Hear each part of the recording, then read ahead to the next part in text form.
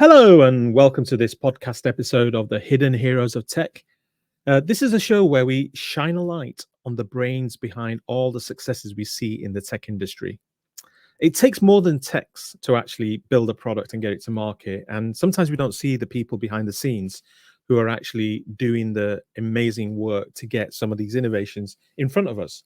These are people like in sales and go to market and strategy, marketing, finance, and of course, the tech peoples themselves.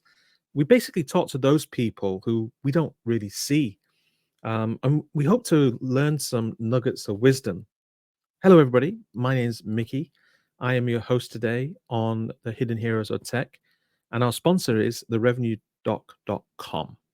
Okay, now, before we get our next guest, I'm waiting for the guest to ring the doorbell so he can come into the studio. Let me just introduce who our next guest is.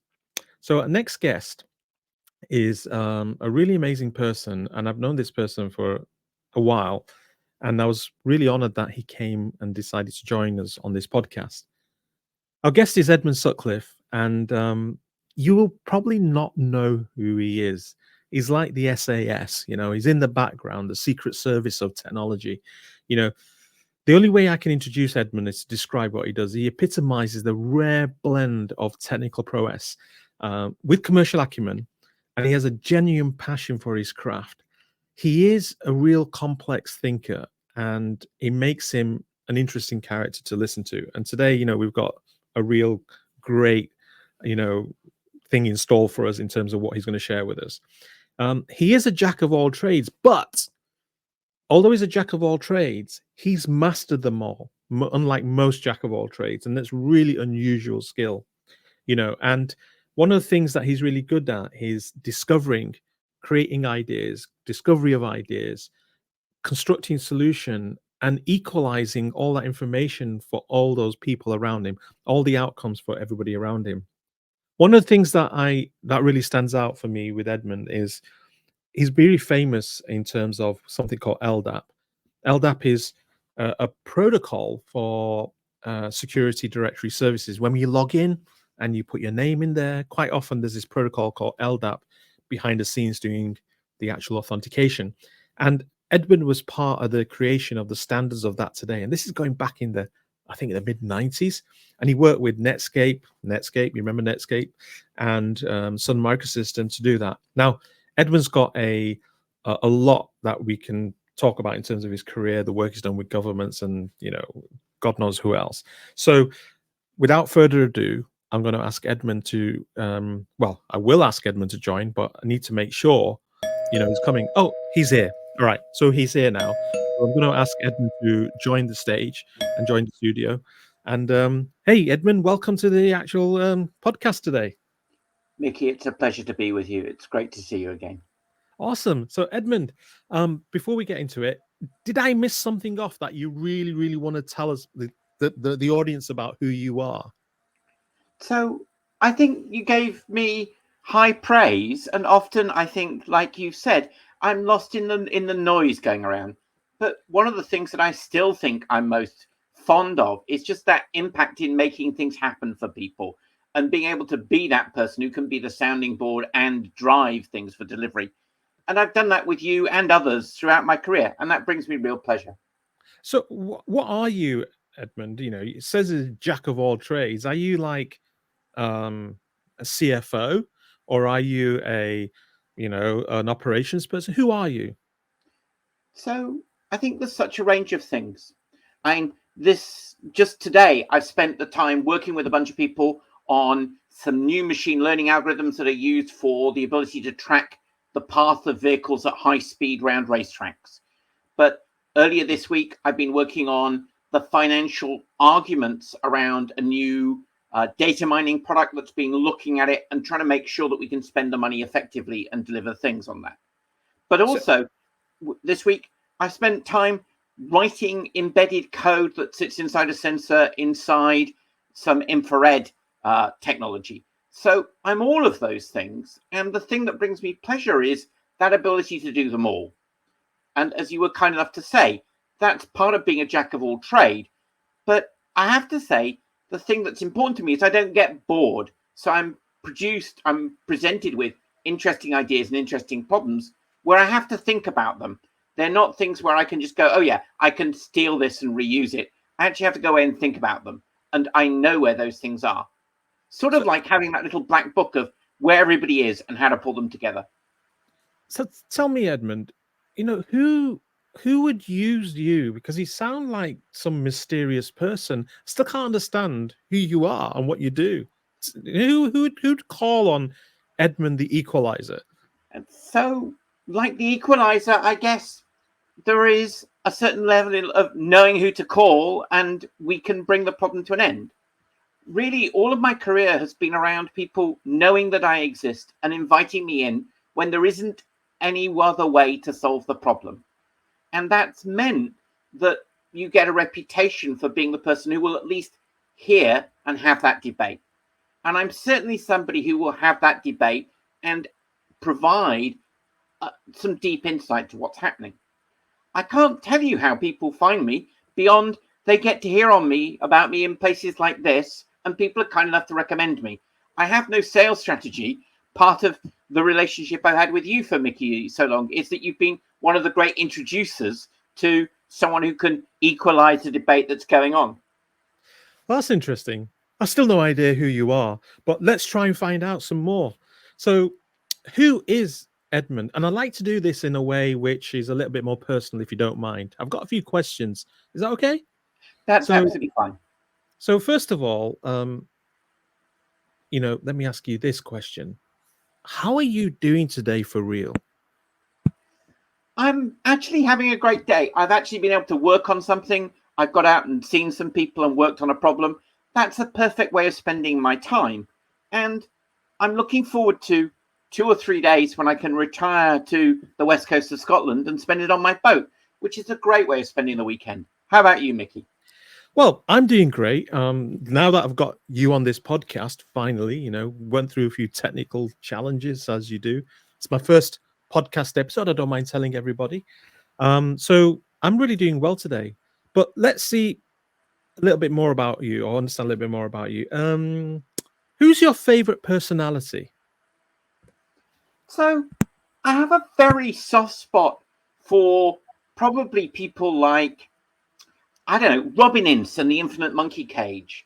These people who want to talk and explain science well. I mean, for my American colleagues, they won't know Robin Ince, but they'll know people like Hank and John Green, and they'll look at people who want to communicate that critical thinking. And so for me, spending time with them is a real pleasure. Well, that's interesting. Well, let's talk a little bit about your personality. What's your spiciest opinion that most people disagree with? So I guess really at the heart of that is this view that things should be particularly idempotent, read only where possible. And for many people, that's a step too far in building systems. They think there has to be some mobility in that data. And I agree, there has to be value in the data that's shared. But many people don't want to spend the effort making things less impactful by making them more read-only. And the more read-only they are, the faster they are. So I think you're shying away. So name one example that you really, upset somebody, and you've stuck to your opinions. So I think one of the things in that sort of space, particularly in the technology space, is where you can say to people, actually, don't deploy 1,000 disks inside this system, deploy none and rely on the network and the computer to do things. Once upon a time, and you'll remember this, Sun had this slogan, the network is the computer. And actually, even inside Sun, people didn't really want to do it because it didn't give them value in the sales process. But actually, by doing that and building that for large quantities of people, you could build supercomputers. And that took a period to do that. When I first got to do that in the mid-90s, people thought, wow, that was a bit crazy. But actually, it meant that the machines were more reliable, more scalable, and did more things. And that meant the sort of science I was involved in that moment was faster and cheaper to do. But people didn't believe us. They still put disks in the machine, and it turned out we could resell them after 3 months. But it's a long time ago. It's nice to see that still being used in container technology and technologies like deboot today. Interesting. So the technology is coming out in you now. So what is the most embarrassing moment of your life so far? Um, Come I'm on, not Edmund, don't hold back. sure. I know you've There are got lots some. of stories you can retell, but I think probably in that sort of space, it's things like I honestly said nobody needs Windows, and in a well-known publication in the UK in the mid-80s, I honestly said I can't see why anyone would need any Windows. A terminal session was good enough, and that's where it is. And in the 1980s, when I said that, everyone seemed to agree with me. It turns out that everybody now has Windows. Even your mobile phone has Windows. Nobody has that textual interface. And I guess people are kind enough to forget that I was the person who said no one will ever use Windows, whether it be X or iOS or anything. They've been kind enough to forget that I did say that. All right. Well, that's interesting. So let's wrap this part of the session up with one final question for you. We want to see how Edmund thinks. And I've got this question, and I've got a selection of questions which come from some really interesting places for interviewing techniques. And they always throw one of these trivia questions that help us understand how you think. So here's a question for you. This is a problem solving question. Since you're a problem solver, how would you design a spice rack for the blind? So the first problem there is not preventing people from the tactile space and arranging them in some way that you can give tactile responses to them. Finding the outside of a spice rack is something that people would have to do. And so having something that has a very tactile space to it and a very tactile position to it against a clear surface so that people can find it is very important. Again, people tend to look for the top of things, and raised imprints, whether that be Braille or raised Latin alphabet characters, are very helpful. But actually, people don't really read things. They do so much on the visual. And with blind, that's harder. So I wonder whether you can give them, as you can with good chemical bottles, this ability to flip a lid and just waft the smell off them. I also think the ability to arrange things in order help people. Oregano next to thyme, next to green herbs, next to things is a great way of doing them. But there are problems. How do you make them sit together? For example, the relationship between hot spice paprika and chili is obvious, but the relationship between chili and cumin is not obvious. So trying to lay them out in a pattern that allow people to do that. So I think that's important. And again, I think there is this problem about knowing how much you pour out. And so having a lid that as you flip it allows you to pour in a standard teaspoon and take it out helps people gain access to it. So I think probably the things I would be looking for is a clear space in which to store them, some clear demarked regular shaped bottles that allow you to have constant marks on the head and constant display and constant pour out materials, and the ability to sniff things without putting them immediately on your finger. The pain of licking fresh chilies may not be enjoyable to anyone else but you, Mickey. So are you calling me spicy? Well, so look, here's the thing. One thing is interesting. I asked this question I did this thing called an interview in a Ferrari with a VP of Oracle once, and I asked that question to him. And he came up with the smelliness, a smelly mechanism, how to smell your spices. So that's interesting. Great thinkers think alike. He's not so great, by the way. He's probably listening to this podcast. There is a problem with smelling, though. Once you smell some things that are very strong, nothing else comes out over the odor. And that's where you want to put them in sort of layers of common things so that you don't just permanently smell the curry or smell the cumin or smell the paprika. Well, that's an example of why people ask you to come and help solve their problems. You look beyond the initial surface. My colleague who answered that question never dived deeper into the challenges of smelly vision. Call it smelly vision. And you just highlighted it's more complex underneath, which sort of talks about who you are quite a lot. Well, thank you for that. Well, here's the interesting thing. Today's topic moving on to the next segment, is about a topic that you're passionate about: profit or planet, the shocking climate price of corporate innovation. What does that mean, Edmund? Just give us a few words on, or a paragraph on, what does that mean, because it's quite a complex title. It is. And organizations should take credit for how much effort they're putting already into the sustainability of their businesses. But at the same time, when they're innovating, they spend a great deal of time trying to discover what will be commercially successful. And during those processes, they get very stuck in their ways. The sort of all of the problems of sunk cost fallacies, and all the problems about it's my idea and no one else has ever had it before. And in fact, they don't spend the time looking at where that corporate innovation comes with the cost. And in turn, like the sustainability industry, that has impact on the planet. If you think about how many people are building large quantities of test platforms, SaaS particularly, they're building them assuming that they will have to scale infinitely. But behind that, a big public cloud with big compute costs, with big power costs. And behind that, there are climate impacts. So are you saying there's wastage going on in innovation projects inside corporations? Is that what you're saying?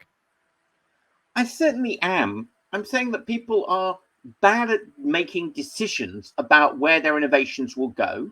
And because they have this, there's a whole bunch of creative waste in what's going on. The R&D is a very good thing for the business, but actually the key factor is knowing when to stop. If you think about the development of the blue LED, the problems around developing the blue LED were well understood, but actually it took a great period of time of putting the effort. Whoa. What's a blue LED? Man, what the heck's that? It's like a fly machine? What's that about? So you're familiar with light emitting diodes. You remember those infrared diodes that sat at the end of your TV handset. You're used to the white LEDs in your bulbs now lighting your house. So the LED is a light emitting diode. And before we could get white LEDs, we needed to solve the problem of blue LEDs. And before that, we had red LEDs. And then we moved to green LEDs. In your days at selling things, Mickey, one of the things that everybody bought were things with blue LEDs because they were shiny and new when everyone else had red LEDs. And I know you had a red LED watch. I'm sure that's true. So coming back to the point you were making, let's go back to what's the significance of blue LEDs with creative waste? So there were many groups of people who didn't want to share their common understanding together to resolve a problem. That led to many companies working on it, and in particular, companies wasting efforts over a long period of time. In fact, the company that mastered this, it took them nearly 20 years to get the right relationships between gallium and silicon to make the LED work in particular ways and to dope it in a particular way to build crystals that were worthwhile. But how do you know when you start a project that you're going to have to spend 20 years of research and development on it? There are other things where people say, within the market, I've got this really clever idea. If only I can get it to market tomorrow, I could make millions from it. How do you separate those two sorts of research projects and decide what their impacts are? So that's an interesting one. So it brings us to the next question. It sort of implies people have got some sort of personal mission that's overriding the overarching what the whole problem is they're trying to solve. Am I right in saying that? So in my experience, there is always a bias to believing that when you're working on something, you understand it better than anyone else in the world. We all suffer that. There's a sort of survivor bias. If I'm here and I'm able to do it, then it must be the best answer. And actually, a certain amount of doubt, like St. Thomas Aquinas in this space, about thinking about whether there are alternatives to what you're answering, is getting you to think about where your waste is and what you can reuse to get you to those endpoints. In fact, we do it all the time. We reuse technology from other places. We might have once upon a time called it a mainframe with multiple partitions. We might have called it containers. We might have called it guest VMs, but we don't reinvent the base layer of those. We like reusing them, but equally so, we then reinvent them with cheroot jails that become containers, that become deboot, and all of these things we reinvent because we've forgotten that we can reuse. So that's an interesting point. One of the things that I was taken out of that is people are just moving forward and forward and forward and not thinking about where we've done it before. And if I understood rightly, is it because they're actually, let me just put this the right way, is it because they actually are trying to serve their own career progression? Would I be anything right in that? So I think there may be an element of career progression, but it may be it's faster for me to do something new than to read about the past. And often, one of the things that's really useful is to remember why we didn't do it in the past the way we might need it now. We're in a situation where Linux has become the Unix of choice for everyone. But Right. actually, historically, we solved a number of networking problems that are only now being solved in Linux now, that were solved, for example, particularly in the research System 11 BSD systems that were developed at AD&T and at Berkeley Labs, and we're reusing their code now as we think about the problems. If we think about multiprocessing and the work that was done by Amdahl, we're now beginning to do that for data science. And we're beginning to reuse these things as we remember what they could be used for. But in the meantime, there are lots of people who've had to reinvent them. And actually, along the way, those historical solutions we've improved on and are more efficient. And coming back to the sort of theme, we can be more efficient with the compute and the data that we use. We can start minimizing what those are. And then the impact that we have, both on our time to market, but also the mistakes we make in going down wrong alleys that then cost us vast quantities of money in using extra compute power we don't need or extra storage we don't need. And all of those have impacts on the planet and the environment in which we work. So the next question really, and you've already bled into it in what you talked about, the unnecessary cost of a new project. One of the things that I see in the new age of cloud, it's so easy to spin up, a cloud instance, an infrastructure instance, because it doesn't look real anymore. It's almost like electricity. You don't see the power station and the coal that maybe still be, or the nuclear station behind the scenes generating the power. And you just go ahead and plug in and you get going. In the past, certainly in my day, if I wanted to do something, I'd have to physically buy a machine. I'd have to find a place for it in terms of physical location. I'd have to power it up. And I was very aware of the physical footprint of that. And if I had a new project, because of that effort, cost, and visibility, thousands of dollars, I'd go, do I really need to do this? So our new projects are an unnecessary cost because people are not qualifying better. Do they really need to spend it? Because it's just so available. Let me just put that to you. So I think the first thing is, it's wonderful the speed at which we can now conduct an experiment without spending 6 months trying to find money to get things off the ground.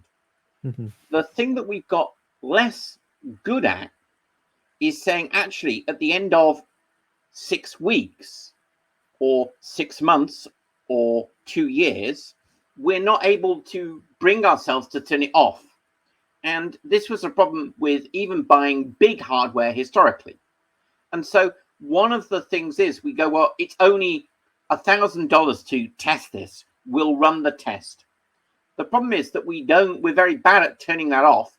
And also we're very bad at managing the aging of those systems. And that leads to this unnecessary cost of hundreds of trials that create vast amounts of storage costs, compute costs that we intend to run forever, when actually what we should be thinking is about the intellectual property that we create in those things and where they can be reused, and whether, in fact, that intellectual property is unique. That's interesting, that, because Just coming back to that, I want to sort of overlap with what you said at the beginning of that discussion point, which was it's so easy to spin something off and experiment and get innovation going quickly, and in creating IP, the idea that waste is created, I work for a cloud company, and one of the things that is one of the values that our partners and our company does is something called cloud optimization. And that is, are you using the most optimal infrastructure for what you need? What surprises me is actually the amount of infrastructure that's switched on and never switched back off again. And it's amazing. So what do you see from your side as So a I see exactly the same. I yeah. see people who build things and never think about a daylight clause that says they've got to go away. But I also think that there are lots of things where people say, well, surely we can make some money from this. And actually, they're not doing the thinking part and asking, why do they believe these things might make money? The ability to quickly test an idea is a great thing. But you also have to be able to say, we tested it and actually it didn't make money, or it doesn't fit with the shape of our business. And there aren't people inside the business who are managing those not failed, but not successful enough. The period in which you can construct things now, you can construct very useful things in a few hours, if not a few days.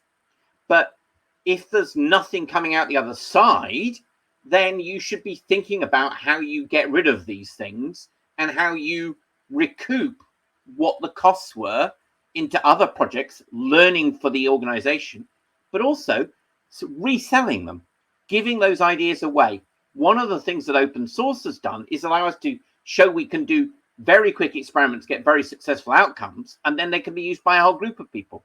Look at Flex, look at CI/CD, look at the way that we manage version control. All of those things have ended up as free projects that people have done, and those bring benefits. But at the same time, there are monetary benefits and career progression benefits for the people inside the organization.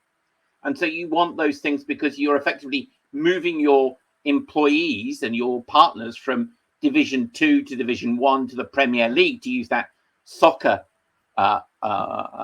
synergy. But also you have to say, actually, this team is never going to be out of the Vauxhall League and it needs to be forgotten about. So that's interesting. So I want to come to this question that you've already started talking about. What happens to all projects and startup costs when nothing comes out the other end? And one of the things that I'm interested to learn, recently there's been a lot of tech layoffs. And one of the things, I mean, it's been vast. And if you think about how all the tech companies got into this position, it was the pandemic driving a lot of demand and everybody just threw bodies at it. And there was a high amount of, hiring going on. However, on the other side of that, one of the challenges it presents to us is that, we now have all this experimentation going on. Even with cloud type services, it's expensive. It's not low cost at all. And you have all this experimentation going on, and you got people losing their jobs, and you got these cutbacks. But these experimentation has a high cost to it and continues to happen. So my question to you, Edmund, is it necessary to have all of this experimentation? And could we do better and be more frugal about doing the experimentation so we don't have these, startup costs just being left alone and we don't do projects that don't come to fruition? So I think that people who kick off projects frequently don't ask the Jerry Maguire question, show me the money. And they don't spend the effort trying to demonstrate where the money might be from the project. If you're going to run an experiment, if you're going to build a prototype, the ability to make the business case for it, as well as showing that the technology case is managed, is really important. And that ability to also say, actually, we spent all the money that we thought we would have made from this, and we should stop. And it's very difficult to pull people back and say, we've spent enough now. You might miss that great moment when you do make the money. And it's a difficult decision. But actually, you need people not just continuing plodding on, trying new things until something works. That's One of the interesting. great successes of companies like Microsoft is, or Apple, is they have so much money, they can be wrong 2 or 3 times, but they can't be wrong 50 times. And the question is, where between the first time you try something and the 33rd time you try something, do you stop? That's interesting, that, because I like that. Jerry Maguire, show me the money. And I think there's not a lot of people who start with the money question. And simply put, is, where is the data that says that this needs to be done? What is the hypothesis that says that there's a problem here? And what I found is quite often people start with the data and try and seek out the problem. And actually, I was only talking to somebody 2 days ago. Can we identify the problem and find the data that supports that and creates the narrative? And I think you would then generate where the money is or not. That's the key thing. So I think asking those hard questions about what problem we're solving that makes revenue allows us to say how we can support that argument that we have a problem that could be supported by revenue, and then also allows people to go and look at the technology that could do it. One of the problems with the technology people is that we always like shiny. I always want to do it with something new. I always want to be in a position where I'm playing with a new piece of technology because I'm interested. But actually, that doesn't mean that the new piece of technology is any better than history. And in fact, very often comes with bigger costs than ever before. And it's that ability to arbitrage the revenue opportunity with the operational costs that is a conversation that people don't want to have very often. They go, well, we'll just spend the money until we become profitable. That's the way you go bust, in my experience. Well, that's really interesting. 1 second. That's really interesting because I have a question that follows on from that, which is this. What waste will generative AI create in this whole domain? So it's a fascinating way to educate and inform. The problem is it hallucinates. And the problem is that the cost of those hallucinations could be catastrophic. I think one of the great difficulties with generative AI is that it's a very supportive mentor and assistant to people, but without those critical questions about where the data came from and how that data is consumed and whether you can trust the results. Effectively, it doesn't hallucinate, means that the generative AI probably is going to produce a lot of waste. And the question is, how much harm will it do with that? Well, certainly in terms of environmental harm, generative AI is also computationally very expensive. You don't run generative AI on a cheap laptop. In fact, you have to run it on quite a lot of compute resources. And by the time you're doing that for a large organization, there's a lot of costs. And the hallucinations are a problem. That hallucination of bad outcomes is really a difficulty. Just this week, Air Canada's Gen AI chatbot has been sued because the information it produced was hallucination, and a group of people lost considerable sums of money. And I think there'll be more cases like that. So there will be this impact on real systems where it hallucinates, where the outcomes are not what we're doing. So that brings me on to the final question of today in your core topic. Are companies turning a blind eye to the cost and the impact on climate change? And how does it all contribute to climate change? And in favor of top line revenue, so give me your thoughts on that. So top line revenue is a complicated thing because part of it is reputational. And some of that revenue in the top line is reputation on that relationship. And one of the things that we've seen, particularly with the sustainability angle, is a certain amount of greenwashing of organizations who want to make themselves clean and make themselves visible in that way. And so there are people, and there is a big industry in which helping people manage those conservation issues that are helping.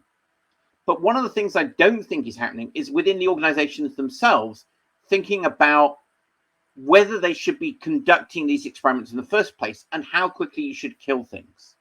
There is this thing in companies that technology will always win. And I don't think the evidence is good to that. And if you look at the compute approaches we're doing, in terms of how much compute power they're using, in terms of how they return value, I'm unsure that that isn't doing more harm than good. The evidence for this is still weak, in my view. But I think that over time, the evidence is going to be clear that actually every time we do things and we forget to turn them off, just like we had the conversation about light bulbs, we're not doing the same with our ideas and our ability to trial things. This ability to be able to age systems is a big, big problem. I and you will still be banking with systems that were written 40 years excuse me, were written 40 years ago. And those historical systems need transformation and change to running in more efficient ways. But they're not happening. And even with new ideas that were invented last year, they may no longer be used by people, and people aren't removing the features and reducing the overheads. So just coming back to Gen AI, I mean, one thing you did say, the computational power that Gen AI is consuming is phenomenal. So two things which I find really interesting in terms of climate change. All the big cloud vendors are, pushing ahead, building huge data centers all over the place. And some of them, like Oracle, are putting data centers at customer site as well, in terms of the cloud data centers. And the amount of power consumption this is going to take and the amount of energy it's going to consume as we move towards a more digital, I guess, life as a whole, are we really going to be able to impact climate change? So I'm optimistic we can, but I think it involves changes. And I think the problem is, how does society accommodate those changes? And the question is, if we have all of this innovation, are we going to have the conversation about the impact of the innovation has on the planet? And also, there is this hope that all innovation is profitable.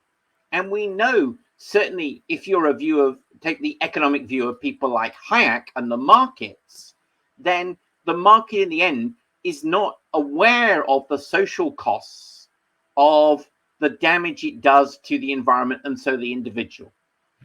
I don't think people are having those conversations yet, but I do think there are people who are having sustainability conversations within the business, and people in technology aren't joining those conversations. And so there are sustainability and climate innovation people within the business that are just disconnected from the technology piece. And it's getting the technology people and these people about sustainability into the same room at the same time actually will allow us to offer some arbitrage against this argument of, is it for profit or is it for the planet?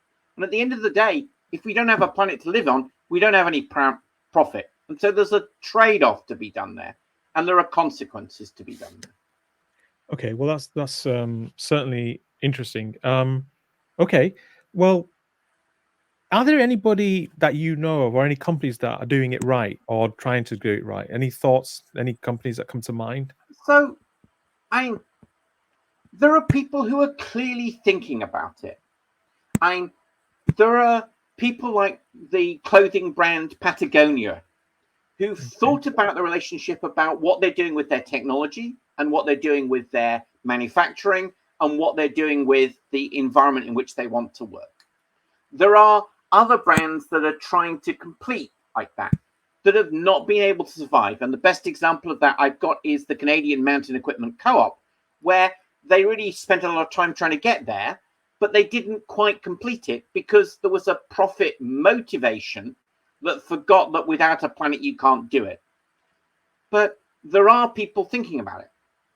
There are some interesting technology players who are also beginning to play with that. There's a group of people from the live peer community who are looking at the way that they can use technology and using it in ephemeral, low power ways with technology like deboot. Excuse me. And they're beginning to do better at that. So there are technology people who are doing it, but there are also traditional manufacturers like Patagonia who are doing it. So is there somebody you could highlight who's got a voice and you would recommend to the audience worth following? So, Apart from you, Edmund, obviously. You say all the right things. So, I mean, I think there are people who are thinking about these problems. There are people like Patrick Debois, who was one of the original thinkers about DevOps, who's been thinking very much about efficiency of the pipelines and efficiency of delivery and being able to cost things. There are people like Mark Burgess at the University of Tromsø, who's been looking at things around promise theory and looking at the promises of innovation and the consequences of the business that I think are very useful.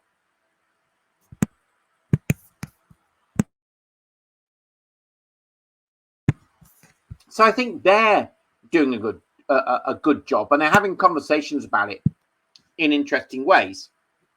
I think the other thing is that there are whole kingdoms who are looking at it in new ways. If you look at Denmark or the Kingdom of Bhutan, they're beginning to take different measures about how they consider success. And those have impacts on the way that you think you're going to come with outcomes for you as an organization and the business. Awesome. Well, Edmund, thanks for that today. And I think, we're coming to the end of time. I had a couple of questions for you just before we wrap up. A bit back to Edmund, if that's all right. What's your favorite book of all time?